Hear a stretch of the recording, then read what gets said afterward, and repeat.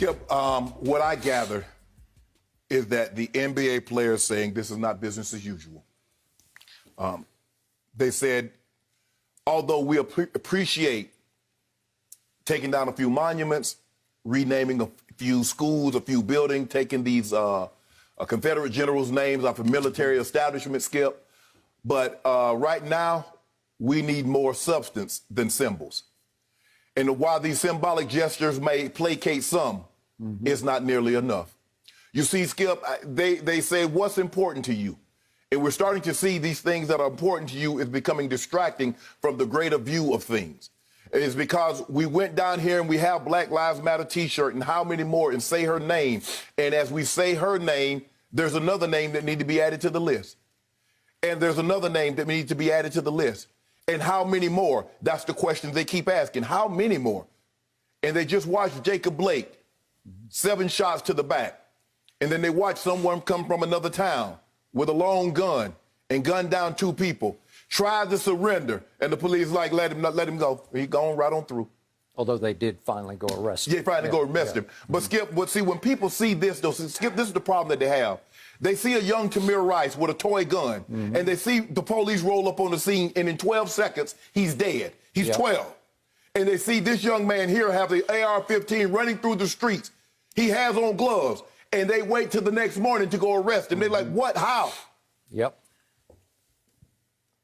It is so, I am so proud of the NBA players, Skip. I'm so proud of them. But this is not what they signed up for. A lot of these guys work their entire lives to be in this position. We don't know if and when who will get back to the playoffs, Skip. This might be the one shining moment. And they were willing to sacrifice it. This is not a preseason, Skip. This is not an exhibition. They put a hold to the playoffs. They said, we're going to have a conversation. I'll get to LeBron in a minute. And it said, Skip, we put people in office. What the hell is Lindsey Graham and Nancy Pelosi and Chuck Schumer? What the hell are they there for? That's what we elected them for, is to deal with things like this. So athletes and people like myself that didn't go into politics don't have to deal with it. You're supposed to work for the constituents. But what I'm starting to see, Skip, when it comes to up to an election time, everybody wants to get the ball rolling.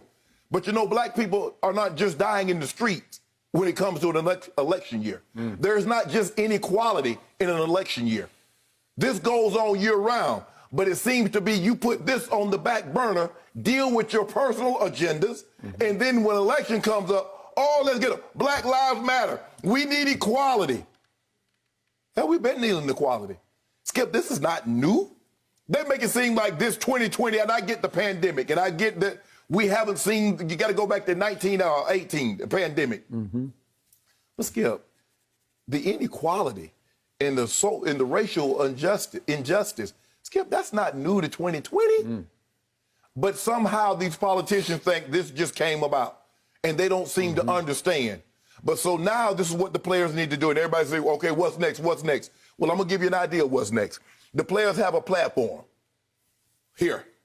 Now you have people that's been dealing with these issues for 40 and 50 years. I got, the National Action Network, the NAACP Legal Defense Fund, African American Policy Reform, the Advancement Project, things of those nature. You see, Skip, the NBA players are the computer, but a computer doesn't work without software. So let's merge the two together. Let's take the players and their platform and get some resources and give it to people that can advance the ball. That's what we need right now, because this is not enough. They say, we're done with this. This is not business as usual.